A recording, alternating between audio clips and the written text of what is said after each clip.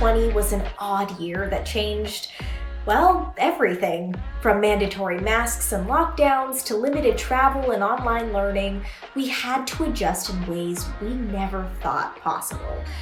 I, for one, had to swap my regular school and work attire for wearing sweatpants around the house every day, and it wasn't fun.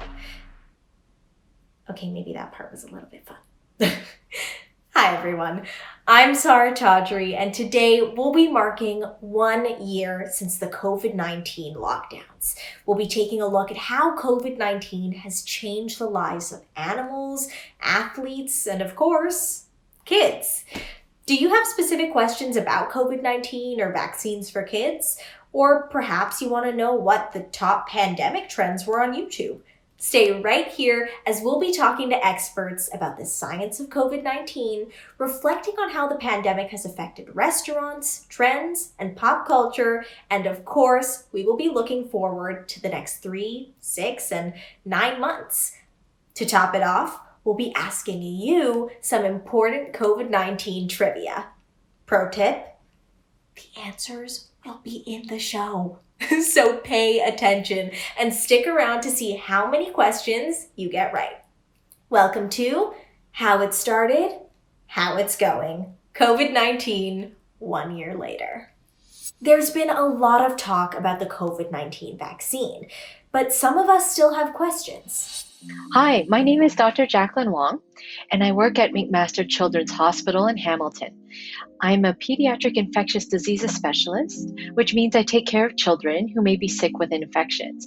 I look after children of all ages, from little babies who are just born, all the way up to teenagers who are almost adults. Hi, my name is Jamie. My first question is, when will kids get the vaccine? Just to let you know, after you get a vaccine, the body makes antibodies, and these are needed to fight the virus and protect you from getting COVID-19. So vaccine companies have already shown that this works in adults, and that is why they are getting the vaccine first. The companies are now asking children to volunteer in studies where they are given the vaccine and then tested to see if they make the same type and amount of antibodies that adults do. It will still take a number of months to finish these trials and analyze all the information. The companies also need to make sure that children who get the vaccine don't have too many side effects and are protected from getting COVID-19 infection. So the bottom line is, it will still likely be a number of months before it is your turn. In the meantime, you can still stay healthy and keep safe by washing your hands, keeping your physical distance from others when you can, and wearing a mask whenever your public health unit suggests you should do so. And my second question is, when will we be able to go to school without wearing a mask? This is probably the hardest question that you've asked me today. Unfortunately, most people, including doctors and scientists, don't know. It will depend on a number of things, including how quickly people can get vaccinated, the number of new COVID-19 cases going down every day, and hopefully, eventually we will see fewer and fewer people getting so sick that they need to go to hospital. Once all these things are better, then it's probably safe to start going back to school or to work without masks. Hi CBC, my name is Maple, and my question for you is, how are COVID-19 vaccines made? I know it's really complicated, but kids like me want to know how it works. Thanks! There are 2 types of COVID-19 vaccines being used in Canada. The first type are called mRNA vaccines. They contain tiny particles of genetic code, or mRNA. When the mRNA reaches the cells in your body, it teaches your cells how to make little parts of the coronavirus called the spike protein. The second type are called viral vector-based vaccines. What a mouthful. These use a harmless virus that contains the genetic code for making the same spike protein. So when the virus reaches the cells in your body and infects them, it releases the genetic code into the cell, and then you start making the spike protein. Regardless of which type, when you get these vaccines, your body starts making the spike protein. And remember, this is just a little part of the coronavirus and not the whole virus, so you can't get sick from it. But when your immune system sees the spike proteins and says, hey, you don't belong here, it makes antibodies that fight the virus. And these antibodies will protect you in the future from getting COVID-19. My name is Alexander. I'm 10 years old, and I'm from the Durham District School Board. My question is, what are the chemicals in the COVID-19 vaccine? So the vaccines contain the little particles that are shaped either like parts of the coronavirus or provide the genetic code that teaches your body to make these little shapes called spike proteins. And then when you get the vaccine, your immune system sees the spike proteins and makes antibodies against them. And the antibodies protect you from getting COVID-19 in the future.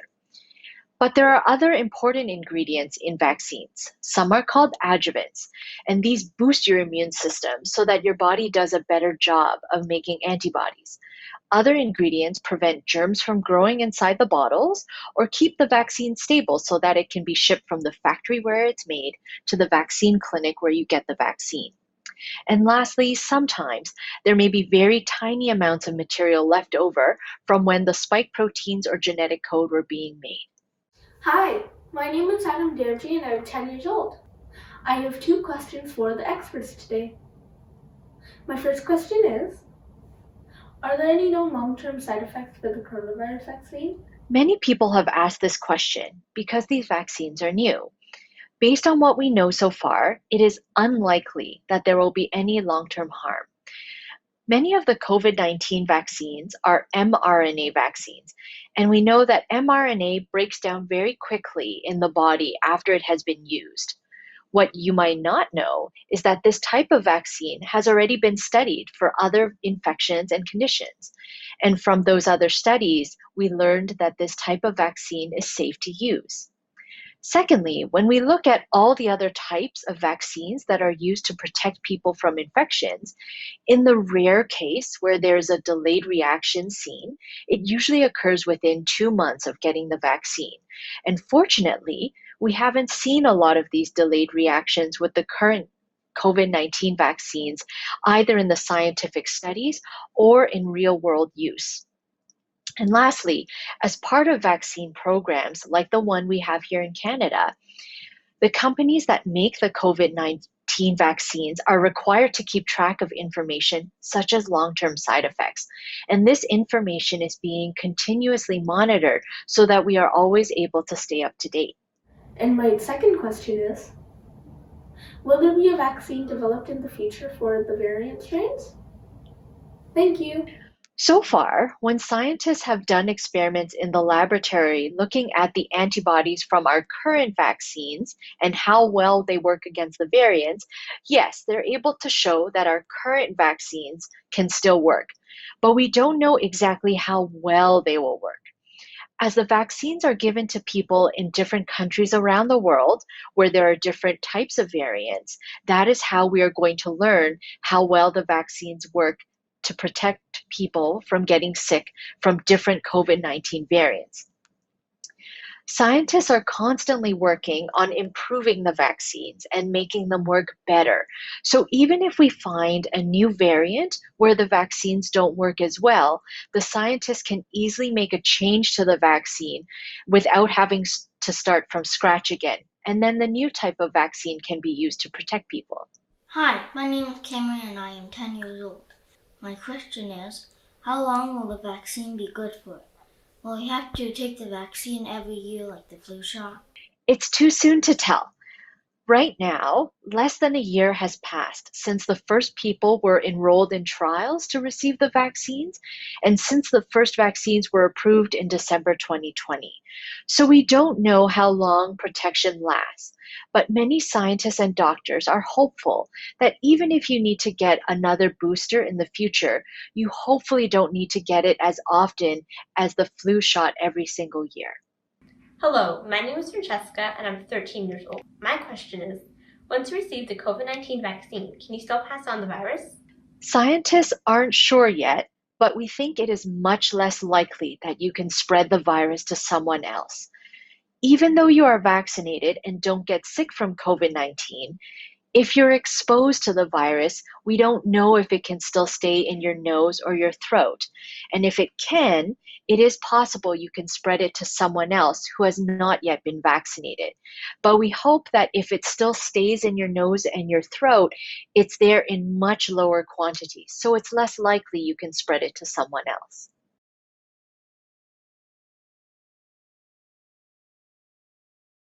First of all, I'd like for all of us to be able to hang out close together and hug our friends and families again. And I also love traveling, so I'd like to take a trip to a country where I haven't visited before and eat some delicious food in a restaurant.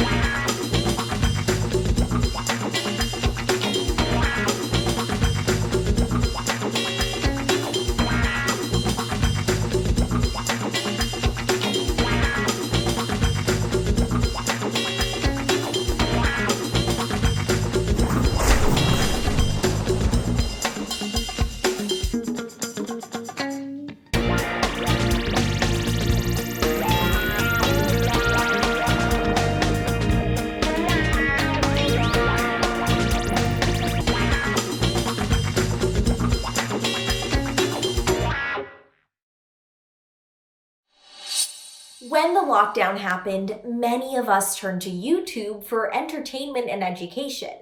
Next, I'll sit down with Maddy Buxton from YouTube to talk through some of the trends during the last year and the trends we might want to watch out for. Hi, Maddy. It's so nice to sit down with you today. For those who don't know who you are, do you mind just giving a quick introduction to yourself? Sure thing. Thanks so much for having me. My name is Maddy Buxton. I'm YouTube's Culture and Trends Manager for the US and Canada. My team, Culture and Trends, studies emerging trends in popular videos, and we work to understand why they're popular and what that says about how the ways people use digital culture are changing and evolving. Right. So trends over the past year have been absolutely crazy. Just as a kid living during this pandemic, I can't count the amount of trends on two hands. What were some of the most fun and interesting trending topics on YouTube during 2020? Well, I think just to start with a broad overview, we've seen a huge growth in tutorials and videos that are specifically geared towards beginners. Videos with variations of beginner in the title received more than 9 billion views in 2020, which is massive and just speaks to how much people were coming online to learn. Some of these trends were things that you might expect, like coming online to learn how to cut your own hair. But then we also saw some stranger ones, like people coming online to learn how to raise chickens because more people were purchasing backyard chickens to have their own source of eggs, and they wanted to know how to actually raise them. And then we saw some kind of wacky food trends, like you might have heard about a lot of people baking sourdough bread, but then there were also a lot of people baking something called cloud bread, which is made with a lot of egg whites. So it really runs the gamut of trends that you might expect that were really born out of necessity, and then trends that were more geared towards personal growth. What were some trends that came about specifically because people were in need of certain skills other than bread making? Definitely. So I think we saw a lot of things that were geared around things that you might typically hire someone else to do that now people needed to learn how to do themselves. So I mentioned the at-home haircuts. We saw, some of these definitely had some disastrous results, as you might expect whenever anybody is trying to learn to cut their own hair. But we saw a massive increase in views of videos with cut your own hair in the title after lockdowns first began basically a year ago. And these are both how-tos and also people filming themselves cutting their loved one's hair for entertainment, and really finding a sense of humor in this moment as they learned how to do this new thing. and establish a new sense of routine. And then we also saw things like people coming online to learn how to sew face masks, something that was definitely a brand new necessity that they didn't know how to do before. And then there were broader things that as people had more time on their hands, they were turning to learn how to do home renovations. And again, something that they might hire someone else to come in to do prior to the pandemic that now they were trying to learn to do themselves. All right, Maddy, we've had at least one birthday in lockdown each. So can you tell us what types of videos people might have been looking up in regards to birthdays? Definitely. Well, overall, birthdays fall under this larger umbrella of celebration trends. We saw people sharing their weddings online, their graduations online, and like you said, their birthdays. And there were a couple kinds of video trends that we saw here. One was people were looking up videos on how to make birthday cakes. Again, something that in the past they might have hired someone outside or bought at a local bakery to do that now they were trying to learn to do on their own out of some necessity. And we especially saw people looking for videos about how to bake birthday cakes with fewer ingredients or missing ingredients and trying to adapt to sort of shortages that they were seeing in their local grocery store to still be able to bake that cake. And then the other type of birthday trend that we saw were people looking for some inspiration on how to celebrate a birthday at home, how to celebrate a birthday in quarantine, and really create some new traditions and find a way to make this moment still feel fun, even though it's less than ideal. Very true.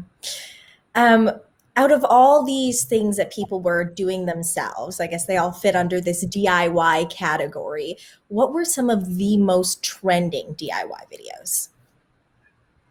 So one of them was, like I said, definitely learning to sew face masks. That was huge when lockdowns began, and we continue to see those videos. But we also saw people looking to pick up new crafts that sort of fit into that personal growth category that I mentioned earlier, wanting to find ways to creatively express themselves and pick up new skills. So some of those, we saw things like you might expect drawing, painting, but we also saw some more obscure ones like rug tufting, which is a style of sewing rugs. Upcycling, which is learning to make something new out of something old. So taking old clothes and sewing something brand new in a different style. Tie-dye was a big one. I saw so much tie-dye, so many friends wearing tie-dye that they learned how to make online.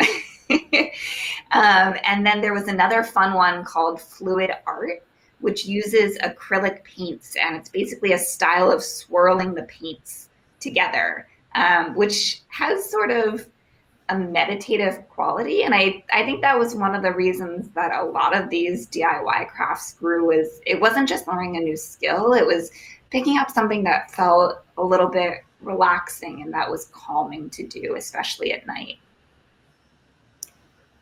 Now, I think all of us can relate to the pandemic boredom. Were there any videos that specifically came from boredom, just like people sitting at home, just not knowing what to do and deciding to put content out on YouTube? Definitely. One of my favorite ones came from a creator named Mark Rober. He's a former NASA engineer turned science creator who's become known for creating these really sort of wacky experiments. And he created an 8-part ninja warrior course to try to prevent squirrels from getting birdseed.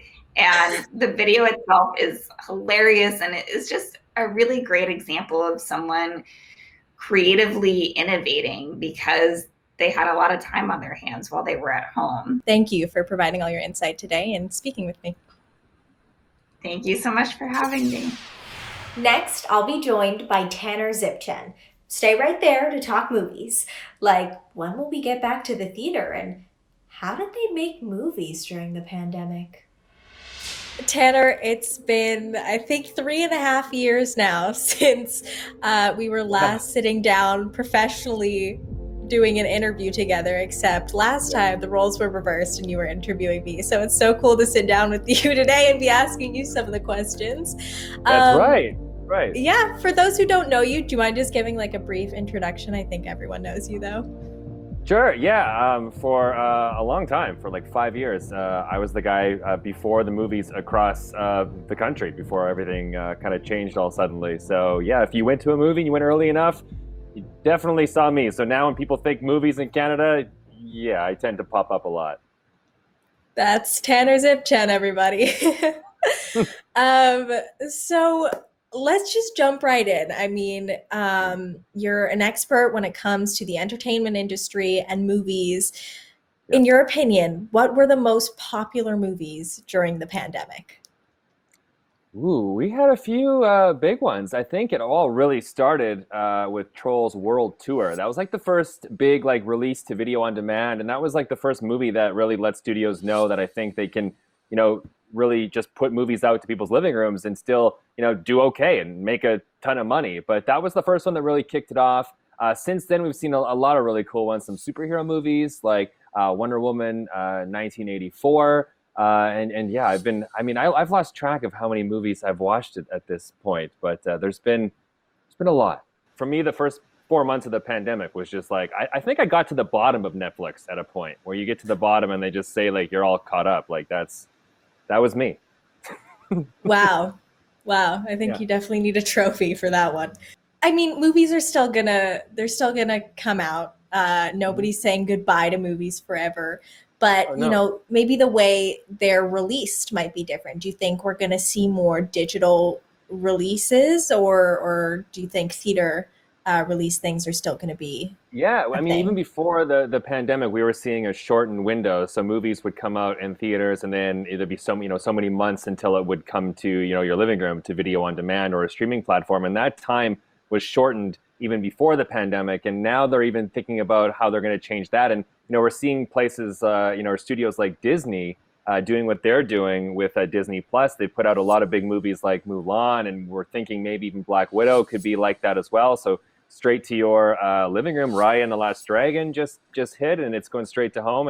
And people are, I think, enjoying that. And as long as they're still paying to see those movies and the studios are happy, who knows where we're going to really go. But I know a lot of people do still love that big screen experience, and there are still other big screens out there that are safe and maybe something that you haven't done in a while, like hop in the car and go to a drive-in theater. You can do something like that people I know have been revisiting lately, especially during this last summer with the pandemic. We'll probably see that more more this summer again. But yeah, you're safe in your bubble in your own vehicle. You can watch a movie on a big screen. It's kind of all nostalgic and fun. So there's still other ways to see movies, and I think just if anything now there's just more options for people to watch movies. How did people continue to make movies during the pandemic?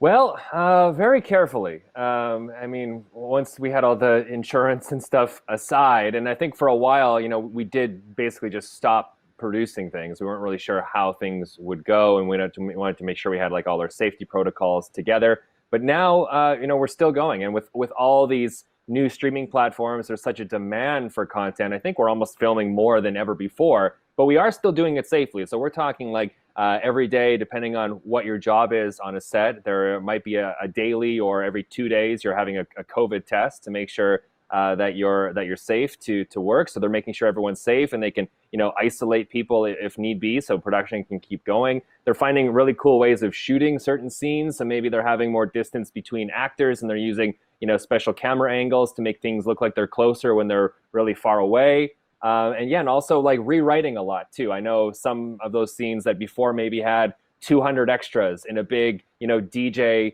dance club scene. And now they're finding like, maybe let's have that conversation instead of at the nightclub. Let's have the conversation in the park where there's only, a couple people in the background, because you don't exactly want to have like a big battle scene right now with like, Lord of the Rings style with 300 extras. It wouldn't, it's hard to socially distance when you're, fighting a battle, I guess.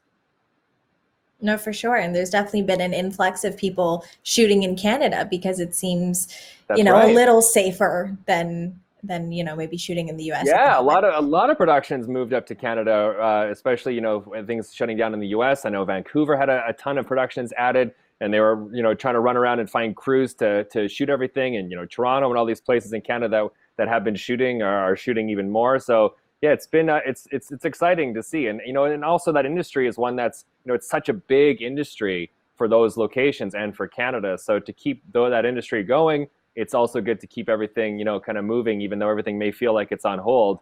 We're still, trucking forward. Yeah, for sure. It's great that you mentioned Vancouver. I just flew back at the beginning of the month, and things are up and running, and everyone's kind of doing the best that they can given the circumstances. Yeah. What exciting things are coming out? I mean, you mentioned there's a lot of stuff filming at the moment. What are you looking forward to that might be coming out? Well, we got things like Space Jam. I was a huge fan of the original Space Jam with Michael Jordan. It's coming back with LeBron James, which I'm excited for. Also, there's a ton of superhero movies coming out. We're going to see some spin-off movies coming. We're not sure where those will be released yet, but the immediate one, everyone's talking about Justice League, and there's a Snyder cut, they're calling it. So that's the original director. It's his version of the movie, so it's going to be longer. There's going to be stuff you haven't seen before. There's going to be like scenes with the Joker that's been added. So if you're a huge Justice League Batman fan, people are excited about that. And then the one I got to plug, I guess, is the one that my wife was working on, is called The Atom Project. They just shot it in Vancouver with Ryan Reynolds and Mark Ruffalo. I mean, they just made that movie, but it was made in Canada. So you got to support local. Plus, it stars Ryan Reynolds, so you got to support some local talent too. So be on the radar for that one. So it'll be a little bit until they finish the movie. They just finished it, shooting it, so they got to edit it and stuff. But definitely watch out for that. That's awesome. Other than new content that's coming out, new movies, what are you personally looking forward to after the pandemic? Well, first of all, it's probably getting a haircut. It's been a while. It's tough between lockdowns to go out and get your haircut. So there's that, and then there's of course all the cool events and activities and festivals and concerts and things like that I think we're all looking forward to. Getting out, being social again, doing stuff like that. I mean, everything from garage sales to flea markets to you name it. There's so many things, and I know a lot of people I'm talking to on social media, they want to travel again. I think that's the safe bet for the big one. You want to get to a beach, maybe. We've been kind of cooped up inside. It's been cold. I think maybe a beach is probably, it'd be haircut, then go to a beach, I think, for me. Well, it could be haircut on the beach. There's an option too. To bring it back to the movie side, there's been a lot of people taking this time to write movies and write some scripts, and maybe people had ideas for really cool movies. So I think we're also going to see a lot of that too. Anyone who had a really cool idea sitting in quarantine and you're like, oh, that'd make a really good movie. Who knows? I think we're going to be in for some really fun movies coming out of this for the next many, many years. Thank you.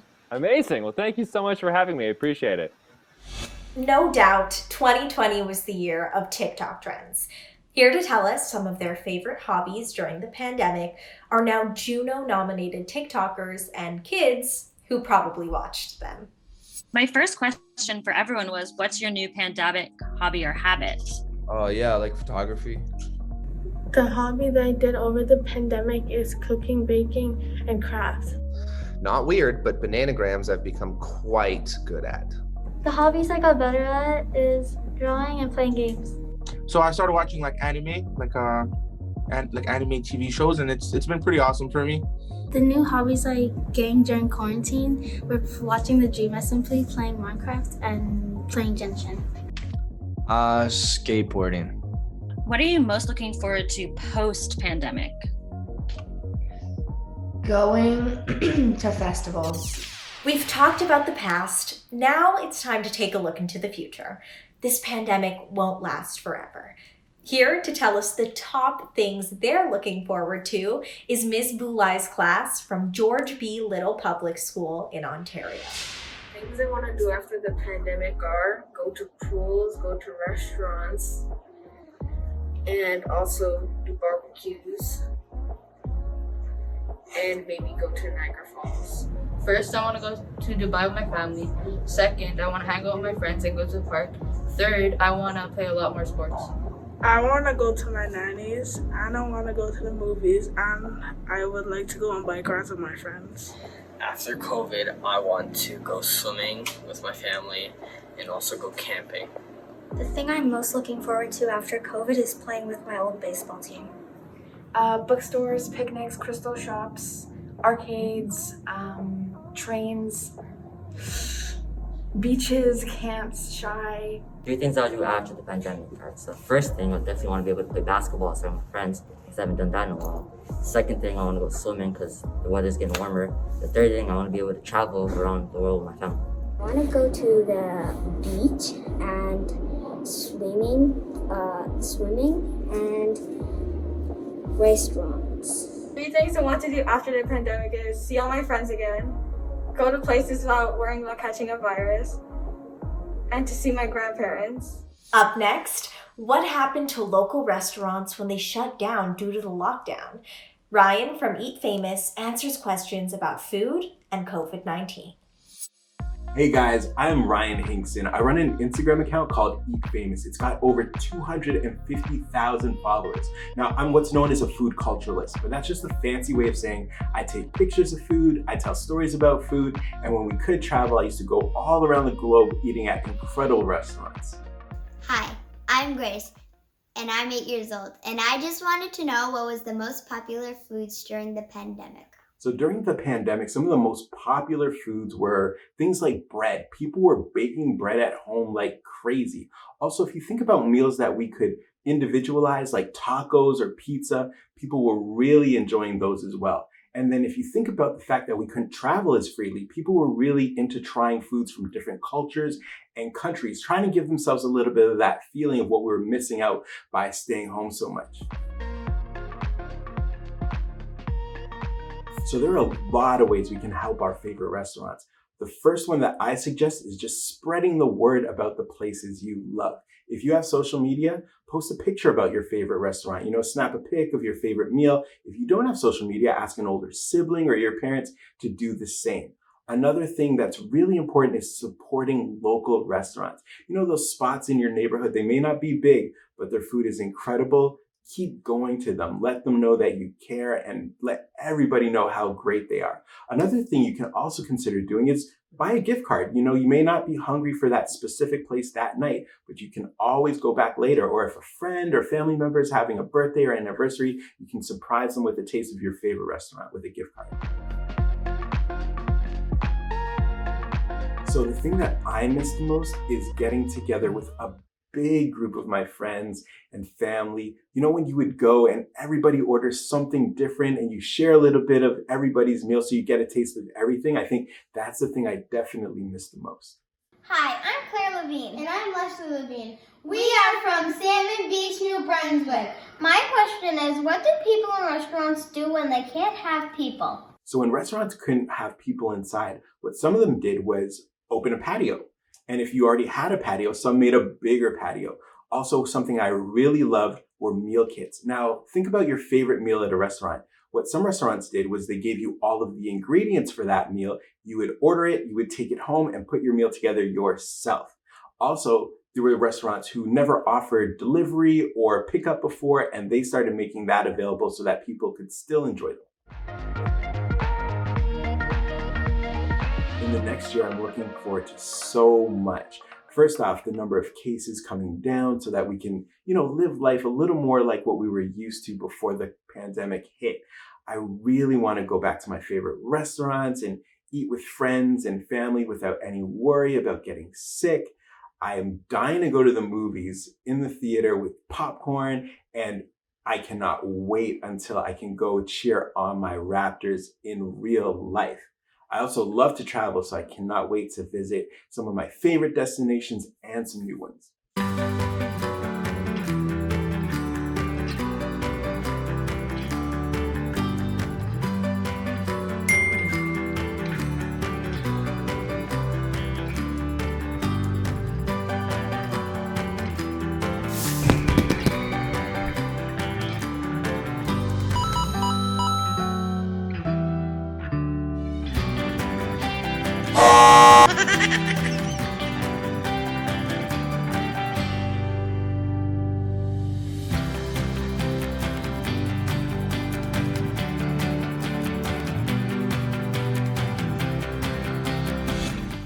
Hi CBC kids and Raptors fans from across Canada. This is Nav Bhatia, the official Raptors superfan. I've been watching the Raptors since 1995 when they first arrived in Canada. Many of you weren't even born yet. I have never missed a game, I have never been late for a game, and I have never left a game early. So this past year has been very tough, especially for me. My entire schedule revolves around the Raptors game, so not attending the games in person has made me quite sad. I really miss my team, but I miss meeting all of you. At every game, I try to meet as many Raptors fans as possible. I'm sure you are missing the Raptors and many other sports. But remember, as much as we miss our favorite players, they miss us too. So it's important you continue to cheer for your favorite teams from coast to coast. And I know we will all be back together again soon. A lot of things have been put on hold this year. Concerts, live events, the Olympics. All kinds of athletes have had to get pretty creative with their training.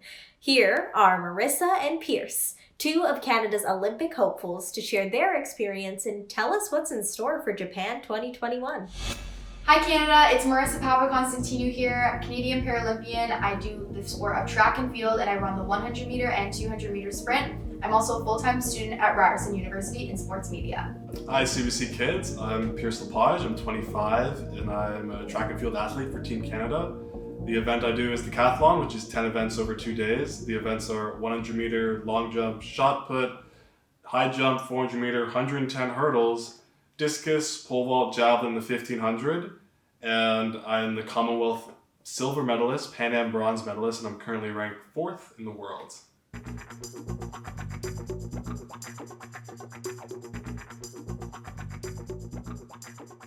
So when lockdowns first happened, start of 2020, all my training facilities got shut down. I had nowhere to train except for my basement and outside.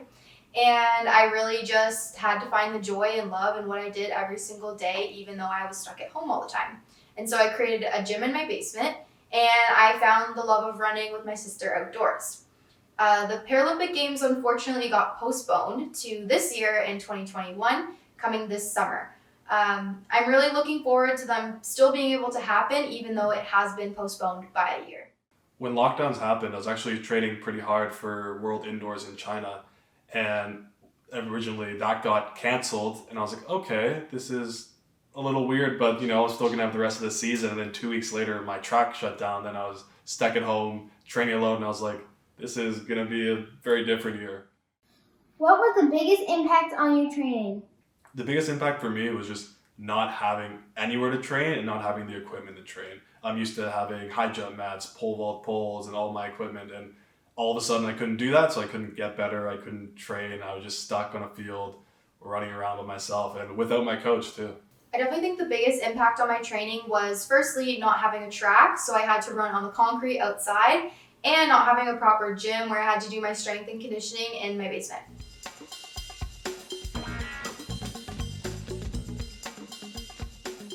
So what I did to stay in shape was I worked out once or twice a day, and I did lots of different workouts. So I did Zoom circuits with my team. I did weightlifting in my basement. I had an exercise bike that I was using. I also really got into doing yoga. So those were the prime ways that I was staying in shape during the pandemic. For me, I actually was pretty lucky, and we have people at Athletics Canada to give us equipment and stuff to take home. So I made a little bit of a home gym and stuff like that. But most of the time I was just running in the fields, doing weights and stuff in my backyard, having my family watch me. It's just a very different atmosphere, but a little more homey. What do you think the Olympics in Japan will be like? I think what's going to happen and what's going to be different about this specific Olympics is just some of the intricacies within like the athletes village and maybe the attendance at stadiums. I think that although it might be different in those aspects, I think that they're still going to be able to put on a really great games and be able to unite the world once again after this is over. I'm not sure if fans will be in the stands, hopefully, but I know for me as an athlete, I'm more of an internal athlete. I rely more on myself than the fans to pump me up. So either way, I think I'll still do well. Hi, I'm Julian. What advice do you have for kids that lost a year of sports? The advice I have for kids who lost a year of sport is just stick with it. Even the professional athletes, they lost a year too. We all lost a year, and we all are trying to keep motivated, trying to keep pushing to where we want to be, and we're in a no different spot than you are. The advice I would give to kids who lost a full year of sports is just to continue to remind yourself of your why you do the sport that you love, and just continue to pursue it as much as you can given our current circumstances. I think that it's important to find that activity that you really do love and to continue to pursue it in other ways, even though organized sport, for example, cannot happen right now.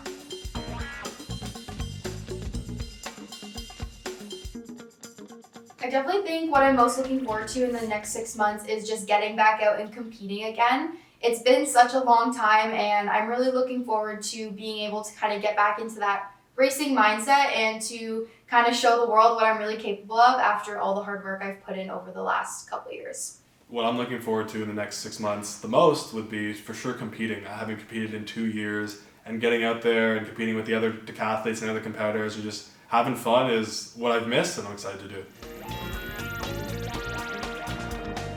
I actually didn't pick up any hobbies during quarantine, but I did focus on self-care a lot during quarantine. So I was really getting into like mindful meditation and figuring out ways to just cope with stress given our current environment. I think it was a perfect time to really focus on my mental well-being and also my mindset moving forward. The hobby I came back to, or I should say did more of, was playing video games. I'm a huge nerd. I play a lot of video games. I play computer games, console games. My favorite game is League of Legends. So I had a lot of spare time to do that. So I did a lot of gaming over COVID.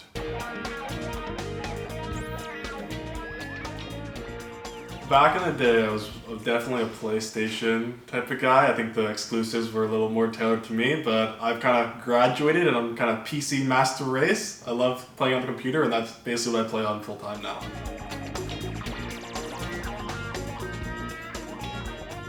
So I always used to play video games. I used to watch my older brother when I was a kid just play a bunch of games on the GameCube. We played so much Smash Brothers Melee and things like that. But when I grew older, I got a computer and I found a game called League of Legends. And when I played that game, I decided I wasn't going to go outside anymore and just play video games all day. So the video games I recommend, or what I play, is I mostly play League of Legends. I've been trying Valorant, but recently I've gotten into Minecraft. I know you guys might know that. So I never really got to play it when I was younger. So coming back and playing it, I'm still having a blast, and I'm building a bunch of stuff, and I'm trying to kill that Ender Dragon. Thanks for having me, CBC Kids. We're full steam ahead to the 2021 Paralympic Games in Tokyo. Thank you, CBC Kids. Thanks for having me, and I hope you check me out at the Olympics. And if not, play video games.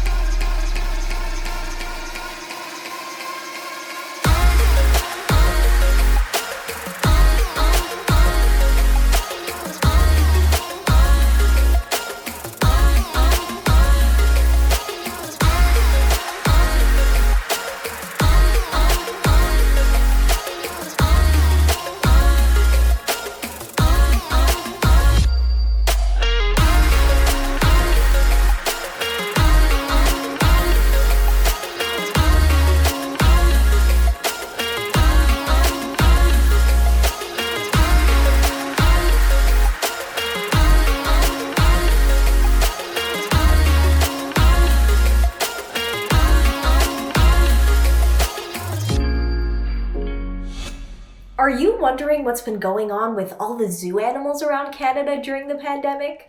Here to give us more information is Menita Prasad from the Greater Vancouver Zoo. My name is Menita Prasad. I'm the Animal Care and Conservation Manager here at the Greater Vancouver Zoo.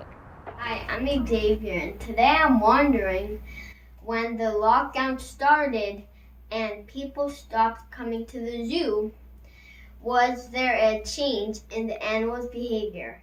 It really depends on the individual species. So we did definitely notice a shift in our tiger, Hannah's behavior, because she really was missing the interaction from the public that she enjoys on a daily basis. But for the most part, we didn't see a huge impact to a lot of the different species.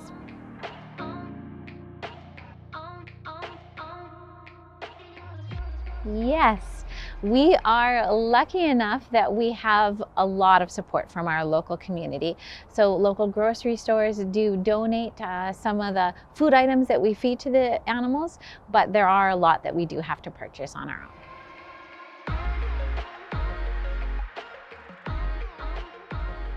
Some species of animals can contract coronavirus, like tigers, primates, and badgers.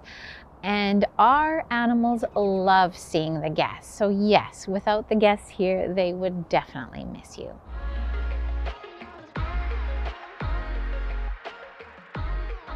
Because of the pandemic, we have heightened our protocols for our staff around the zoo. So staff are required to wear masks, particularly the zookeepers when they're working in animal enclosures and working around animals, not only to safeguard our own health, but to safeguard the animals that we're working so closely with.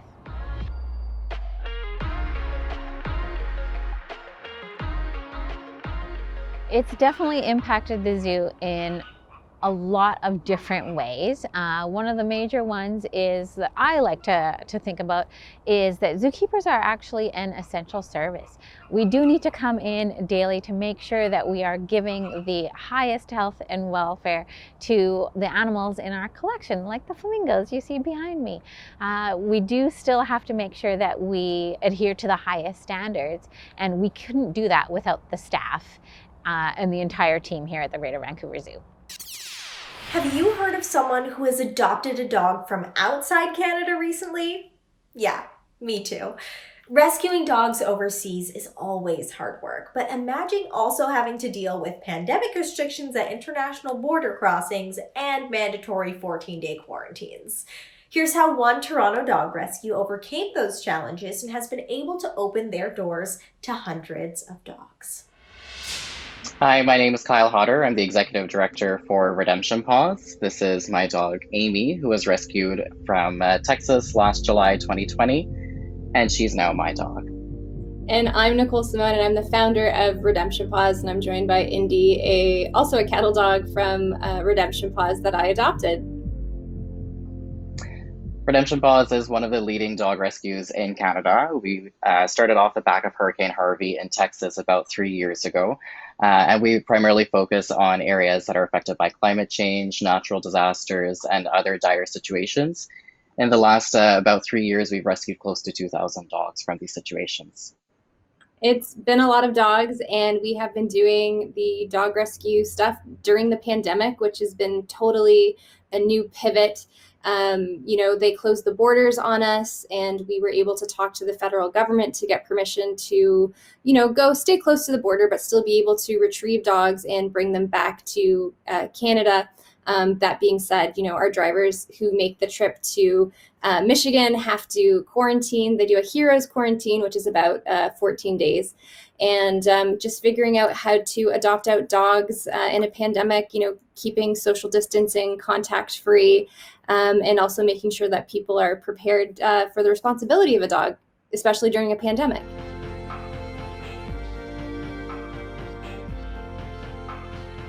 I think that's largely in part to the fact that people's lives have completely changed since the pandemic. People are spending a lot more time at home where they're probably used to working in an office setting and not being home as much. And I think a lot of people have definitely felt the loneliness as a side effect of a lot of these lockdown orders and changes that have come into place since COVID. I think that a lot of people realize that having a dog is a great companion at home, and it's definitely a great way to give back as well to these dogs that need a new start in their lives.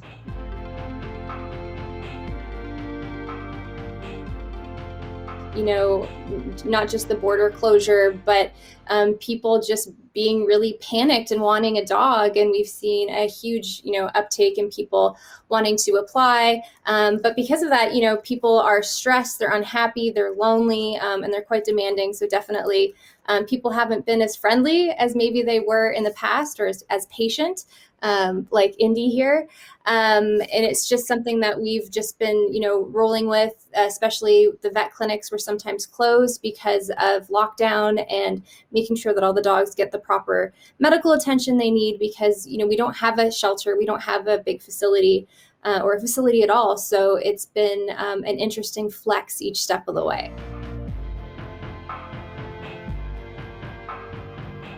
We definitely make sure that our adopters are prepared to be able to incorporate their new family member into their life when things settle down a little bit. But we also make it very clear to our adopters that if ever their situation changes, our doors are always open, and we're always welcome to taking the dogs back if ever that is a necessity. It's very important that people realize that we care about the dogs, not only while they're our fosters and they're in our care, but also when they find their forever home. They're still a part of our family for sure. I think that it's important that people take the time to really cautiously make that decision to adopt a dog and rescue a dog, because they are a member of your family and they're going to be with you for quite some time. So just make sure that you have a game plan in place to make sure that if things don't go as you plan, that you do know what next steps that you want to take.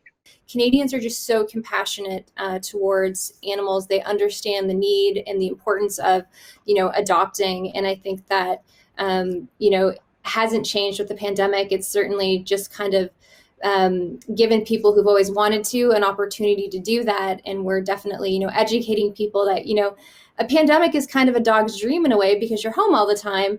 And we want to make sure people are prepared that their dogs are going to be used to being, living alone in a post-pandemic world, whatever that looks like. So we're just continuing on. We're fundraising all the time. It's, we don't have an infinite budget to help these dogs. So, again, a big gratitude to the people who foster, to the vets who donate their time and services, and all those people who really care about these dogs, because each one of these dogs are totally worth it. With so much information everywhere about COVID-19, things can get confusing, and you might wonder, is everything I hear correct? To answer this and other important questions, I'm joined by 3 scientists from the Ontario Science Centre. Thank you guys so much for joining me today and for speaking with CBC Kids News. I'm here with Bhavleen, Zoe, and Walter from the Ontario Science Centre. If you guys don't mind, for those who don't know you, just introducing yourselves. Hi, I'm Bhavleen from the Ontario Science Centre. I work in the exhibit development group and I'm a senior scientist there. I'm Zoe, also from the Ontario Science Centre. I also work in the exhibit development group, and my specialty is environmental science. I'm Walter Stoddard, same, also a researcher programmer with the exhibit. Awesome. So you guys, you guys are so knowledgeable, and I can't wait to get into these questions with you. Kids have a lot of questions surrounding COVID-19 and the science behind things, along with so much more. So let's start with rules. I mean, rules have been changing since the beginning of COVID-19. Why are the rules for what we can and cannot do always changing?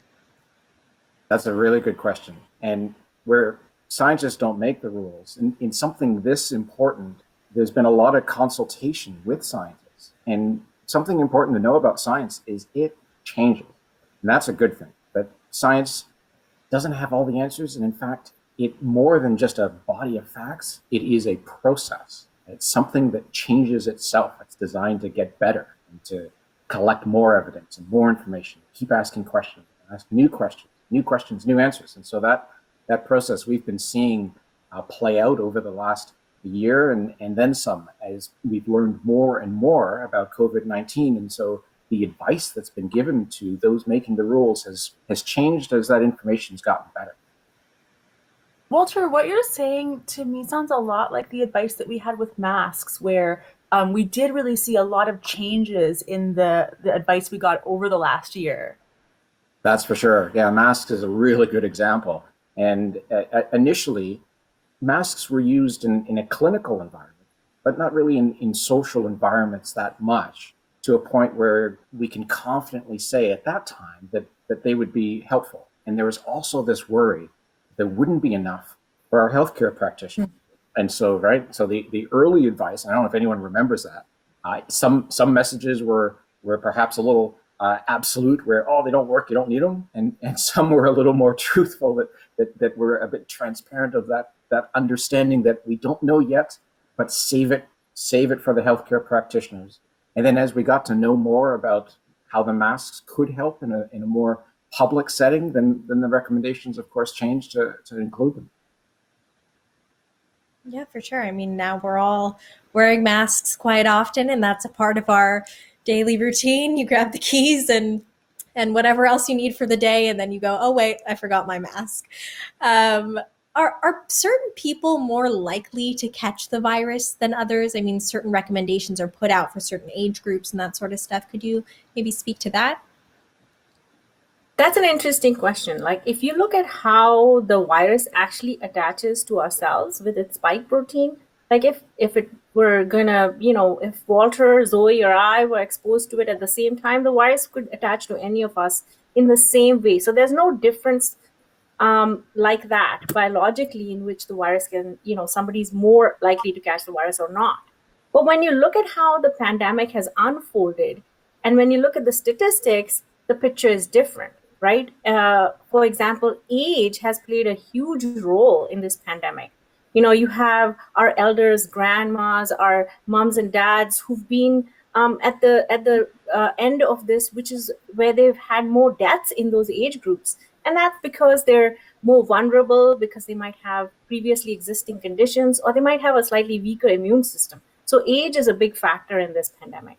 So with so much information being thrown at us about all these different factors that may play into how likely we are to catch the virus, how do we ensure that everything is correct? And with all these rules changing, how do we know that we are doing the right thing and we're getting the right information? That is a really good question. And I know it's really difficult, just like how Walter was talking about earlier. We had recommendations change as the science, as we learned more.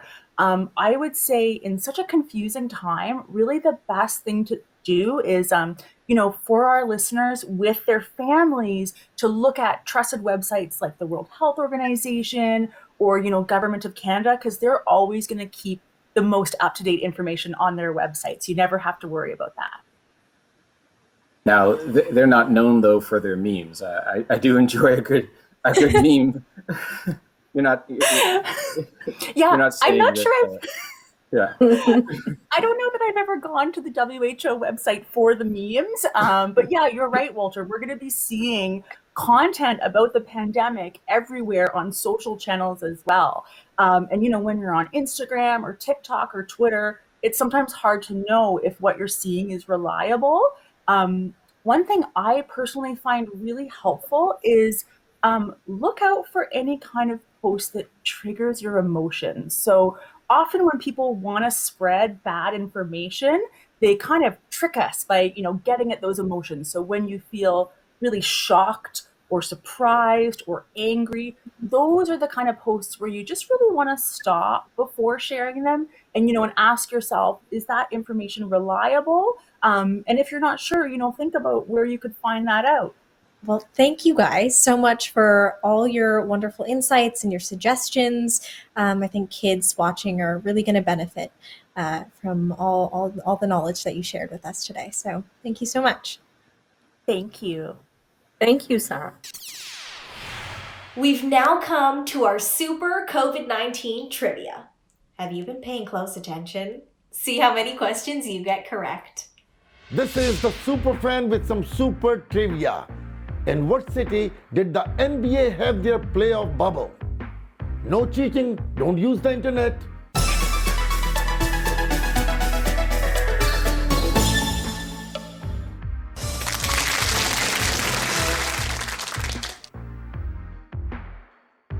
What are the two main types of COVID-19 vaccines being used in Canada right now?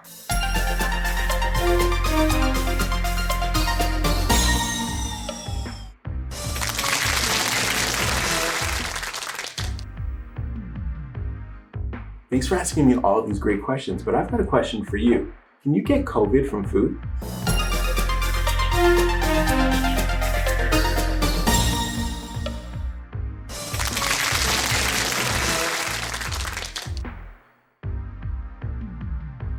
Besides a movie theater, where can you see a movie on a big screen?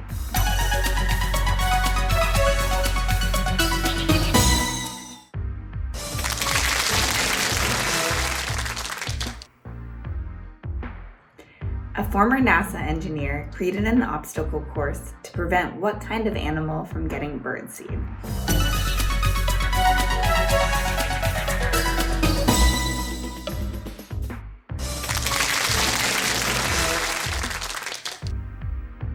Which animal did I particularly mention missed visitors while we were closed?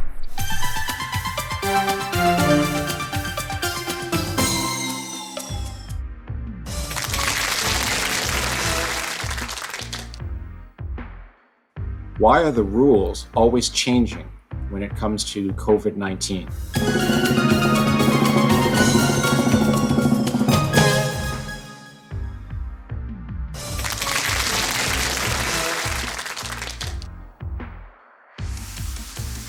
Well, that's it.